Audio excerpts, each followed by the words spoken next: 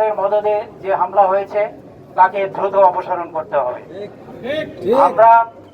আমরা চাই আমাদের এই পুরনো বিশ্ববিদ্যালয় দক্ষিণ বাংলার একটি বিশ্ববিদ্যালয়, দক্ষিণ বাংলার একমাত্র বাতিঘর। আমাদের এখানে অনেক যোগ্য শিক্ষক, সিনিয়র শিক্ষক আছেন। আমরা চাই আমাদের মধ্য থেকে একজন ভাইস চ্যান্সেলর নিযুক্ত হবেন, যিনি আমাদের এই বিশ্ববিদ্যালয়ের ছাত্রদের দুঃখ কষ্ট বুঝবেন, সাংবাদিক, শিক্ষক, কর্মকর্তা, কর্মচারীদের দুঃখ কষ্ট বুঝবেন। 11টায় আমাদের প্রশাসনিক ভবনের সামনে আমাদের এই আন্দোলন অব্যাহত থাকবে। আমাদের অবস্থান কর্মসূচি চলবে।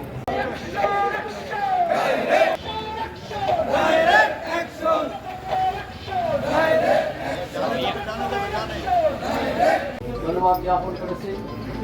আমি এই বিশ্ববিদ্যালয়ে যে গত 11/5 তারিখে যে বর্বরচিত হামলা হয়েছে, সেই হামলার তীব্র নিন্দা এবং প্রতিবাদ জানাচ্ছি এবং যে বা যারাই এই হামলায় জড়িত থাকুক তাদের আইনানুগ ব্যবস্থা, শাস্তিমূলক ব্যবস্থা গ্রহণ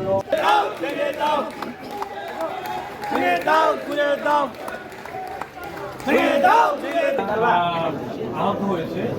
সেদিন থেকে এই ব্যাপারে আমাদের এদের এগেনস্টে পূর্ণ অবস্থান ছিল এবং এটা অত্যন্ত রেখার জন্য বাংলাদেশের ইতিহাসে এটা বিরল যে বহিরাগত কর্তৃক একটি আবাসিক বিশ্ববিদ্যালয়ের ভিতরে এসে শিক্ষকদেরকে লাঞ্ছিত করা, এর তীব্র নিন্দা করি এবং এদেরকে আইডেন্টিফাই করে দৃষ্টান্তমূলক শাস্তির আশা করছি।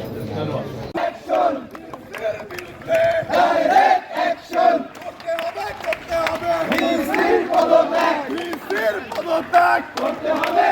বিশ্ববিদ্যালয় ইতিহাসে এক কলঙ্কিত ইতিহাস রচনা হয়েছে, যে ইতিহাসের সূচনা হয়েছে সন্ত্রাসী ভিত্তি কাজী রফিকের মাধ্যমে।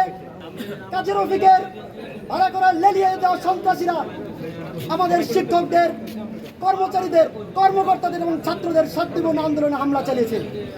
এই হামলায় আমাদের শিক্ষক, আমাদের কর্মকর্তা, কর্মচারী, আমাদের সাংবাদিক ভাইরা খুব মারাত্মকভাবে আহত হয়েছে। এর প্রতিবাদে আমাদের বিশ্ববিদ্যালয়ের পক্ষ থেকে এবং বিশ্ববিদ্যালয়ের সাধারণ শিক্ষার্থী, সকল যারা শিক্ষার্থী আছি, কর্মকর্তা এবং শিক্ষকরা, আমরা আমাদের এখন যে বর্তমানে ক্লাস বর্জনের কর্মসূচি চলছে, এরই ধারাবাহিকতায় আজকে 7ম দিনের মতো আমরা এই পরিপ্রবৃত্তিকে বলে দিতে চাই যে সন্ত্রাসী রফিকের হাত ধরে এই বিশ্ববিদ্যালয়ের সন্ত্রাসী রাজত্ব শুরু হয়েছে, বহিরাগতদের হামলা শুরু হয়েছে। সেই কাজে সন্ত্রাসী, সেই রফিককে আমরা চাই না। চাই যদি কোনোভাবে এই ভিসি সন্ত্রাসী রফিক এই বহিঃপ্রবী ক্যাম্পাসে প্রবেশের চেষ্টা করে, আমরা তাকে যে কোনোভাবে প্রতিহত করবো।